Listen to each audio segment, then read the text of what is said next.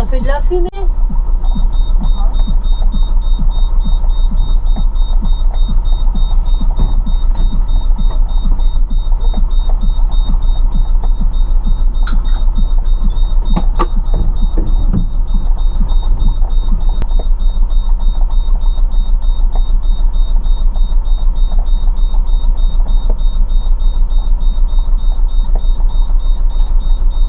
C'est pas du liquide de refroidissement.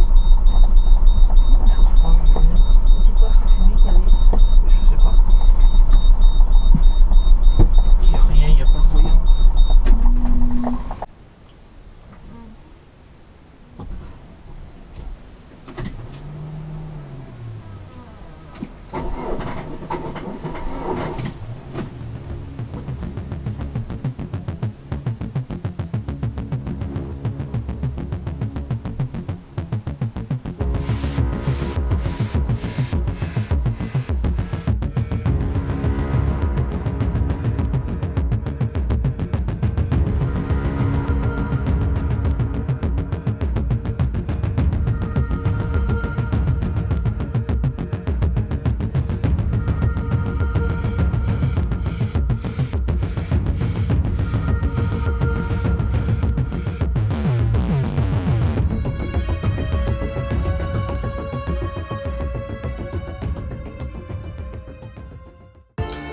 Alors à situation exceptionnelle, moyen exceptionnelle, je vais vous expliquer la suite en face caméra.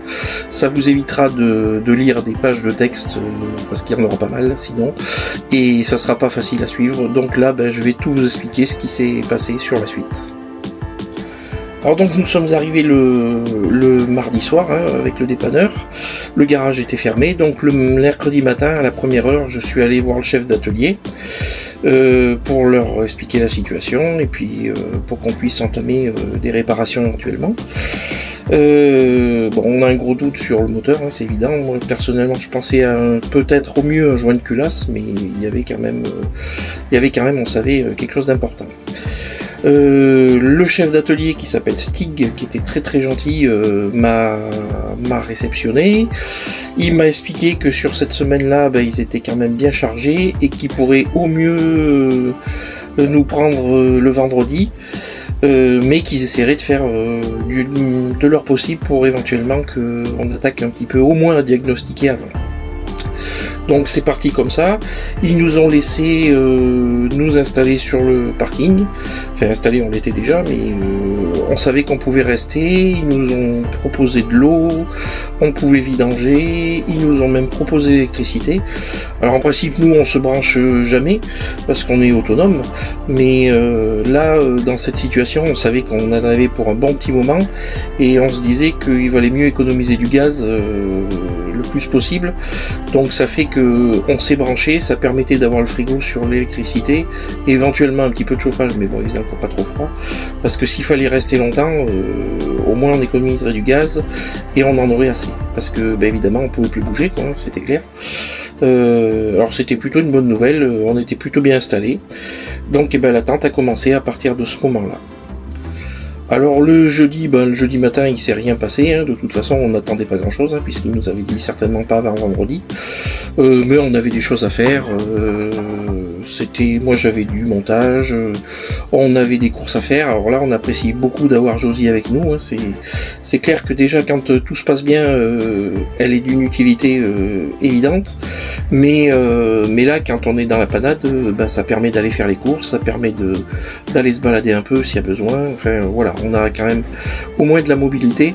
Et puis Josian nous servait d'appartement, on va dire, il était posé sur ses roues et ses vérins, et puis on attendait que ça se passe. Et puis finalement dans l'après-midi, en milieu d'après-midi, un mécano arrive, Robin il s'appelait, lui aussi très gentil. On a eu la chance d'avoir deux personnes super sympathiques et puis qui étaient à l'écoute, donc j'ai pu lui expliquer tout ce qu'il en était. Alors il me demande si Josian démarre. Alors je lui dis qu'aux dernières nouvelles il démarrait pas, mais bon, il me dit il n'y a qu'à essayer, de toute façon on verra bien. Et là on démarre, on met un tour de clé et il démarre. Donc le moteur qui était bloqué le jour de la panne, c'était débloqué. Alors ça pouvait éventuellement être un liquide qui s'était écoulé dans la chambre de combustion qui bloquait le cylindre. Enfin on sait pas, je sais pas pourquoi il a redémarré à vrai dire. En tout cas il a redémarré, donc ça nous a facilité la tâche au niveau du diagnostic. Déjà ça voulait dire qu'il n'y avait rien dans le bas moteur, puisque tout tournait normalement, mais par contre il tournait toujours sur ces 3 cylindres, hein, ça s'entendait bien. Donc il a branché la valise. On a commencé par faire une montée en régime. Alors ils ont des procédures hein, a priori pour diagnostiquer tout ça. Il m'a fait monter en régime pendant 20-30 secondes, aux environs de 2000 tours. Mais en fait au bout de 10-15 secondes, je pense que déjà quand il y a eu une petite température qui s'est créée, on a vu s'évacuer par l'échappement une grosse fumée bleue. Alors c'était pas forcément bon signe, mais bon voilà, on a arrêté tout de suite. C'était déjà un premier signe, quoi, que ça venait bien du haut moteur, parce que ça voulait dire que de l'huile s'échappait par les soupapes. Donc voilà, on en était là. Ensuite, l'étape d'après, ça a été de prendre les compressions. Alors, les compressions, c'est assez étonnant, mais maintenant, ils arrivent à les prendre aussi avec la valise. Alors qu'avant, il fallait mettre sur chaque trou dans le cylindre, à la place de l'injecteur, un compressiomètre, et puis de les prendre un par un. Il y avait pas mal de mécanique à faire. Et là, maintenant, avec la valise, je sais pas ce que c'est qui détermine les compressions, mais toujours est-il que l'appareil est capable de le déterminer. Donc il s'est avéré que le 3e cylindre avait plus de compression, donc on avait 0 compression dans le cylindre numéro 3. Ça pouvait encore laisser penser pour éventuellement un joint de culasse, mais il fallait quand même... ça aurait été des circonstances un peu spéciales. Il fallait que le joint soit cassé entre un passage d'huile et le cylindre, et qu'à côté ça touche pas un passage d'eau, parce qu'on n'avait pas d'autres symptômes que ça. Enfin bon, on commence à y croire de moins en moins. Mais bon, voilà, c'était encore pas complètement perdu. Et puis bon, sur ce, c'était la fin de l'après-midi. Robin commence à rentrer à l'atelier, il se préparait pour partir. Nous on a dit bon voilà, on verra ça demain. Et puis finalement il revient peut-être un quart d'heure, une demi-heure après. Et puis il me dit j'ai peut-être pas que des bonnes nouvelles, parce qu'il me dit j'en ai discuté avec pas mal de mes collègues d'atelier.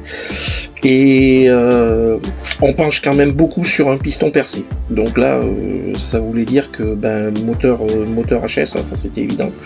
Il était même plus question de déculasser ni quoi que ce soit. Mais bon, la conclusion de la soirée, c'était qu'on allait vérifier ça le lendemain matin avec une caméra endoscopique. Il enlèverait l'injecteur du cylindre numéro 3, et puis ça permettrait de regarder ce qu'il en était, parce que l'avantage c'est qu'avec les caméras on verra sans quasiment faire aucun démontage, quoi. Voilà, c'était la fin de l'après-midi, c'est passé comme ça. Bon, on a pris un coup de massue sans en avoir pris un, parce qu'on savait quand même qu'il y avait quelque chose de grave. Donc, il n'y avait plus qu'à attendre la confirmation le lendemain.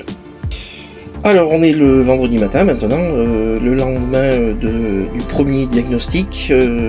En début de matinée, Robin arrive pour faire les premiers petits démontages. C'est assez vite démonté un injecteur sur ce véhicule finalement. Malgré que ce soit pas hyper accessible, il a pas mis très longtemps. Et puis il commence à passer la caméra endoscopique. Et là, le verdict s'est pas très fait attendre. Alors je vous mets un petit peu les images de la caméra. Et puis on arrive très rapidement à la conclusion qu'on voit sur la photo là que je vais vous mettre. C'est que le piston est visiblement fendu à 2 endroits, mais il y a quand même de grandes chances que la fente rejoigne les 2 endroits en passant par le centre du piston. Donc là, c'est clair, il n'y a plus aucun doute. Maintenant, le moteur est HS, il faut prévoir un remplacement. Alors, Robin n'est pas trop inquiet, parce qu'il me dit j'ai déjà fait ça une fois sur un véhicule comme ça. Il l'avait fait sur un Morello, pareil, un niveau Codeli sur Morello.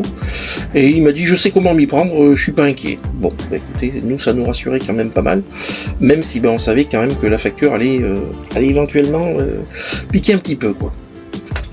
Et puis sur ce, par contre, maintenant c'était au chef d'atelier Stig de jouer, de référencer le moteur, regarder la disponibilité, regarder quand est-ce qu'ils auraient de la place en atelier.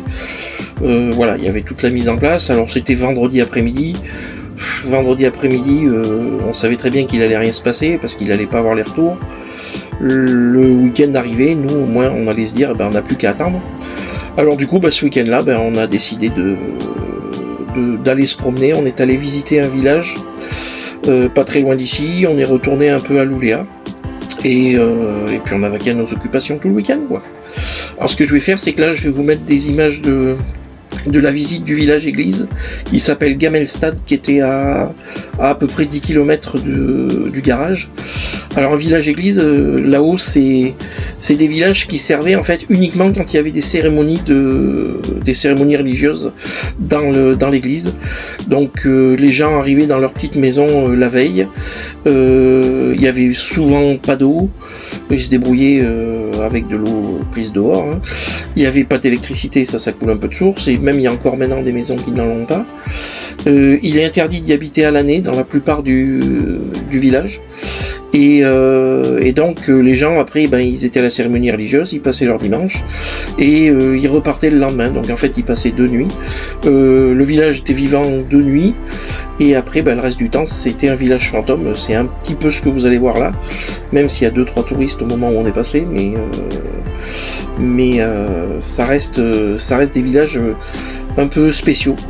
Alors on n'a pas eu de chance sur cette opération, c'est parce que comme d'habitude on est arrivé, le clocher était en réfection, c'est dommage parce que j'ai vu des photos sur internet et c'était un beau clocher. Donc on voit l'église et vous verrez on voit le clocher complètement bâché pour réfection. Voilà, écoutez, je vous laisse avec ces images et puis après ça je vous expliquerai ce qui s'est passé à partir de la semaine d'après.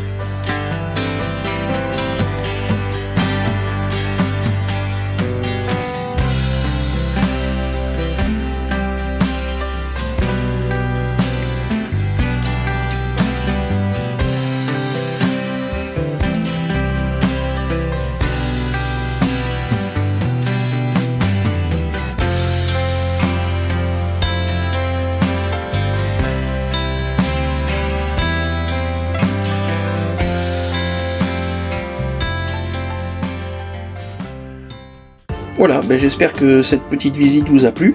Nous, on avait bien aimé en tout cas.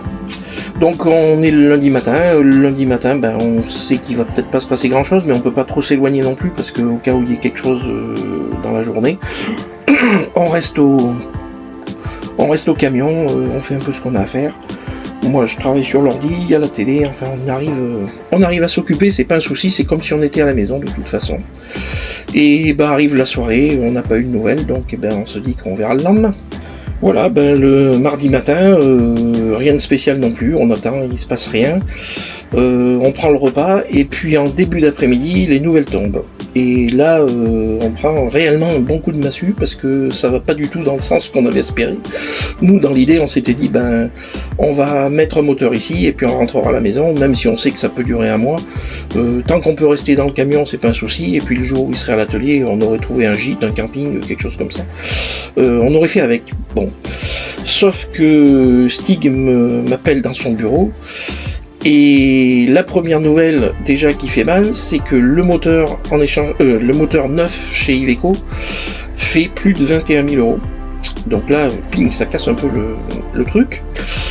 Et on ne sait pas exactement ce qu'il y a dessus. Alors il parle d'un moteur nu, mais même lui ne peut pas me dire ce qu'il y a comme pièce avec. Est-ce qu'il y aura les turbos, est-ce qu'il y aura l'injection, on n'en sait rien.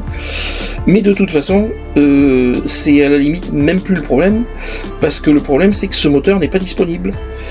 Et il l'aurait au mieux début décembre. Sachant qu'on est début septembre. Donc ça voudrait dire qu'il faudrait qu'on passe au minimum 3 mois sur le parking du garage. Et avec quand même l'incertitude de savoir si le moteur arriverait à ce moment-là, et qu'on sait que la facture va quand même être élevée, hein, parce que entre le prix du moteur, il y aurait forcément des pièces à changer à côté, hein, ça c'est évident. Quand on fait des travaux comme ça, il y a des choses qu'il faut faire à ce moment-là, sachant que Josian a quand même 8 ans, donc voilà, il y a des choses qu'on peut faire en préventif pour éviter de se retrouver toujours sur le bord de la route.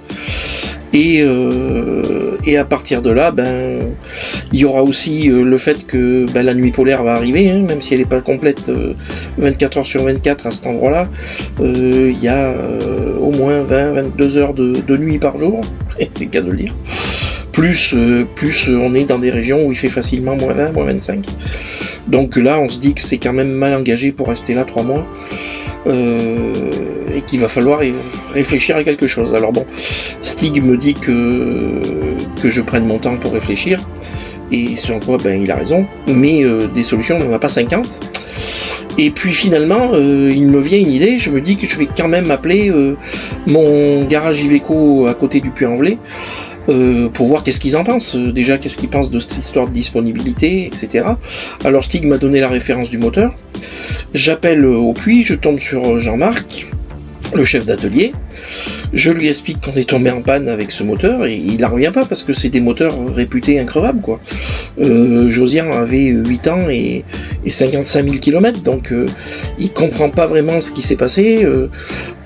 Alors avec Robin, on pensait à un injecteur qui serait peut-être dû défaillant à cause d'un gasoil défectueux, mais bon, on sait pas trop. Par contre, Jean-Marc, lui pareil, il pense quand même à une histoire d'injecteur, et quand il a su le kilométrage et l'âge, il m'a laissé entendre qu'effectivement il faudrait peut-être, sur ce genre de véhicule qui roule pas énormément, parce que donc sur les 5-6 premières années, Josian avait dû faire 14 000 km. Sur les 3-4 dernières, il avait fait 20 et quelques mille, et nous on l'a eu à 37 000. C'est vrai que ça serait peut-être pas mal tous les 5-6 ans de faire contrôler les injecteurs et tout ça, et peut-être même de les changer. Mais le problème c'est que ces personnes le font parce qu'il n'arrive jamais rien. Donc voilà, bon, ben on reste tous étonnés que le moteur est cassé, mais le problème c'est qu'il est cassé. Alors du coup, ben, je lui donne la référence du moteur, je lui explique qu'il y a plus de 3 mois de délai. Alors ça l'étonne un petit peu au départ, mais il regarde sur son PC, hein. De toute façon c'était 2 garages Iveco, et ben, il arrive à la même conclusion. Il me dit ben oui, le problème c'est que ce moteur là est pas dispo, il n'y en a pas de construit actuellement, et ça sera pas de sitôt, quoi. Bon, alors voilà, et il me dit mais par contre je peux vous proposer un échange standard. Alors pour info, quand j'ai demandé si Stick pouvait me mettre un échange standard, il m'a dit que dans ce garage-là, alors est-ce que c'est dans ce garage ou est-ce que c'est en Suède, je sais pas, mais en tout cas il m'a dit qu'eux montaient pas d'échange standard. Par contre au Puy, il m'a dit on peut vous trouver un échange standard constructeur. Et là la bonne nouvelle c'était qu'il y en avait 2 dispo en Europe, alors c'est pas non plus la lune, mais bon, avec 2 on allait peut-être quand même arriver à en accrocher un. Et puis du coup par contre en termes de prix on tombait aux environs de 10 000 € hors taxe quoi. C'était quand même beaucoup plus dans ce qu'on avait un peu anticipé, même si j'avais prévu un poil plus, mais bon après ça reste de l'échange standard. Et par contre la bonne nouvelle aussi c'est qu'il était complet, donc avec l'injection, les 2 turbos, le volant moteur, alors qu'on venait de changer suite à notre panne à Trondheim, mais bon c'est comme ça. Donc là ben c'était plutôt une bonne nouvelle. Après, restait à voir, avant de le commander, évidemment, la solution c'était comment est-ce qu'on allait rapatrier Josian. Et là, il n'y avait qu'une seule solution, c'était de voir avec l'assurance. Alors l'assurance m'avait déjà parlé éventuellement de nous rapatrier avec le véhicule. Alors, au début, l'idée c'était quand même de réparer sur place, mais là, les événements nous poussaient à aller vers une autre direction.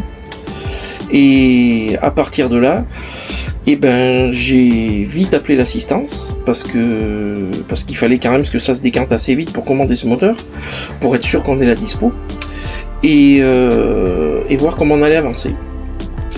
Alors j'appelle le premier jour l'assistance, ils sont pas du tout opposés au rapatriement. Le truc c'est quand même c'est pas un rapatriement facile parce que Josian fait 9 mètres de long, 3,50 m de haut, peut-être même un petit peu plus, et surtout même déchargé au maximum il y a plus de 6 tonnes 5 quoi, donc on peut pas faire ça avec n'importe quel véhicule. Et en plus on est quand même à Luleå, donc alors ça se prononce Luleå, c'est au nord de la Suède, au début de la Laponie, on est quasiment au cercle polaire, et pour revenir au garage du Puy, il y a 3500 km. Alors ils me disent que de toute façon, déjà d'office, il faut prévoir au minimum un délai de 6 semaines. Mais globalement, pendant ce délai de 6 semaines, ça laisse le temps au moteur d'arriver au garage. Et puis 6 semaines, c'est pas non plus la mer à boire, hein. Donc on est à peu près ok. Et puis moi j'explique à l'assistance que de toute façon on va se débrouiller pour se rapatrier nous-mêmes, parce que l'idée c'est de rentrer avec Josie et puis quelques affaires, mais ça je ferai une petite vidéo sur ce point là, parce que un retour de Suède jusqu'en France avec une petite Smart Fortwo, voilà, ça a interloqué un petit peu quand même. Donc voilà, on était parti comme ça. Donc le premier soir, j'ai pas de nouvelles de l'assistance, même s'ils me disent que c'est certainement ok. C'est tellement compliqué et ça doit avoir un coût, hein, faut pas se le cacher, que en fait, la personne peut pas prendre la décision. Il faut qu'elle passe un étage au-dessus, etc., etc. Donc, on se couche comme ça le soir, un peu dans l'inconnu. On sait pas trop ce qui va se passer, et on va essayer de faire bouger les choses au plus vite. Alors le mercredi, l'assistance bouge pas trop, donc dans l'après-midi je les rappelle quand même pour essayer de savoir. J'essaye de leur mettre pas la pression parce qu'on n'est pas vraiment en position de force, mais leur expliquer quand même que nous on doit avoir déjà la commande qui doit se faire rapidement, et puis il faut qu'on sache qu'est-ce qu'on fait maintenant avec le garage, etc. Donc la personne me dit qu'elle va me rappeler, elle l'a passé au-dessus. Dans le principe, ils sont toujours d'accord, mais j'ai pas d'accord. donc on peut rien lancer, on est obligé de passer toute la journée comme ça. Le jeudi, toujours pareil, pas vraiment d'avancement sur le dossier. Là, j'essaye vraiment de mettre la pression. Tout en restant poli, hein, comme je vous dis, on peut pas vraiment mettre trop la pression, parce que de toute façon, c'est eux qui payent. Et puis on avait déjà eu 2 pannes et 2 dépannages.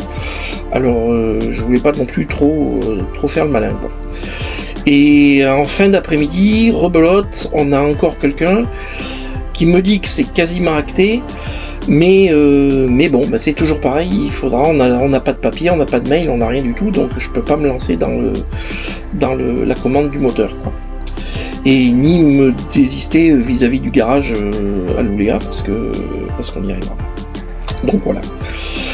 Et enfin, le vendredi matin, on a l'assistance qui nous rappelle Et de manière définitive, là ce coup-ci, on sait que le rapatriement est officiel, donc ils vont prendre en charge Josian. Alors la personne me dit que ça sera pas facile, hein, il faudra vraiment du délai, et que les 6 semaines c'est clair qu'elles y seront, il n'y a aucun doute, mais bon après on n'est pas complètement idiot, on comprend bien que c'est pas du transport facile, hein. En plus c'était mon domaine d'activité avant, donc je sais très bien que faire 3500 km à un chargement comme ça, c'est pas évident, quoi. Donc, mais quand même, on a la confirmation du rapatriement. Et ça, c'est vraiment la bonne nouvelle. Donc, dans la foulée, j'appelle vite Jean-Marc au puits. Je lui dis de nous commander le moteur. Il me dit, pas de problème, il est là dans une semaine. Bon, ils ont même pas voulu que je leur envoie un acompte, ni rien. Ils m'ont dit, on vous fait confiance. Et ça, c'est vrai que c'était sympa. Et on était au moins tranquille de ce côté-là. On savait qu'on allait pouvoir réparer Josian à notre tour. Donc après, le week-end, là, j'ai été voir déjà le garage pour leur expliquer la situation. Bon, ils ont tout à fait compris, hein, parce que de toute façon, déjà, eux-mêmes s'attendaient à ce qu'on le rapatrie. C'est toujours comme ça que ça se passe sur les camping-cars ou les véhicules étrangers. Ils me l'avaient déjà dit, hein, ils m'avaient dit en principe, ils font descendre les véhicules jusqu'à Malmö, et ensuite les véhicules partent sur un autre camion pour aller en Italie, en France, en Allemagne, en fonction, quoi. C'est voilà, souvent ça se fait un peu comme ça, donc ils étaient pas du tout surpris. Je lui ai demandé de nous facturer la prestation du diagnostic déjà, hein, c'était la moindre des choses. Et puis bon, j'étais très embêté parce que du coup on était resté quand même déjà presque 2 semaines sur leur parking, branchés, on leur prenait de l'eau, ils étaient sympas avec nous. Bon, on a essayé de faire au mieux, on leur a amené des gâteaux pour le café. Voilà, on a eu de très bons rapports avec eux, donc voilà, c'était sympa, mais c'était un peu dérangeant d'avoir profité de ça, alors qu'au final ils allaient pas faire le boulot, quoi. Mais bon, ils l'ont très bien compris, ils s'y attendaient même un petit peu, donc voilà, ça c'était pas trop gênant. Donc une fois que cette décision de rapatriement par l'assistance était prise, le truc c'est qu'il fallait que nous on organise notre retour. Donc c'était vendredi, on voulait pas partir en catastrophe, sachant qu'on voulait aussi dire au revoir aux gens du garage. On prend la décision de partir le lundi, parce que en plus on a le frigo qui est plein, comme on venait de faire les courses, parce qu'on s'attendait pas à ça. Donc ça nous permettait de vider un peu le frigo, il y avait des choses à préparer, il fallait qu'on cale ce qu'on voulait emmener, parce que quand on passe de Josian qui fait 9 mètres de long à une Smart, on peut pas emmener la moitié de la maison, quoi. Donc il fallait déjà cibler ça, il fallait aussi préparer Josian parce qu'il y avait de fortes chances qu'il rencontre du froid. Donc il fallait l'hiverner, vider les réservoirs, arrêter les courants, c'était assez important. Préparé pour qu'il puisse être remorqué, donc j'ai remis le crochet de remorquage. Étant donné qu'il avait démarré, j'ai rebranché la transmission, comme ça permettait de le déplacer en le démarrant, même s'il fallait pas aller bien loin ni bien fort, mais ça permettait de faire ça. Et puis j'ai eu aussi une petite idée, c'est que j'ai mis un vieux téléphone avec une carte SIM et j'ai localisé le téléphone et ça nous permettait de voir l'avancement de la suite, savoir quand est-ce qu'il allait bouger, parce que c'est quand même notre maison principale, on va dire, et on y est très très souvent dedans. Et puis c'est aussi quand même un budget, donc le laisser c'était quand même un petit peu un problème, quoi. Et donc tout le week-end on a préparé, on a vidé le frigo, on a préparé nos affaires, on a fait les dernières petites courses qu'on avait à faire avant de partir de Suède. Et puis le week-end est passé et le lundi enfin on est allé voir le garage, on a dit au revoir et en fin de matinée on a dit au revoir à Josian et à Louléa. Et ça vous le verrez, je vais faire une vidéo spécifique là-dessus, sur le retour avec Josie, sur l'histoire du rapatriement de Josian, parce que ça va pas être simple du coup, vous allez voir. Et après sur la réparation qui elle aussi va quand même durer un bon petit moment. Voilà, ben sur ce, cette vidéo sera terminée. Et ben maintenant vous savez tout sur la panne. Et ben on verra pour la suite un peu plus tard. Merci et à bientôt.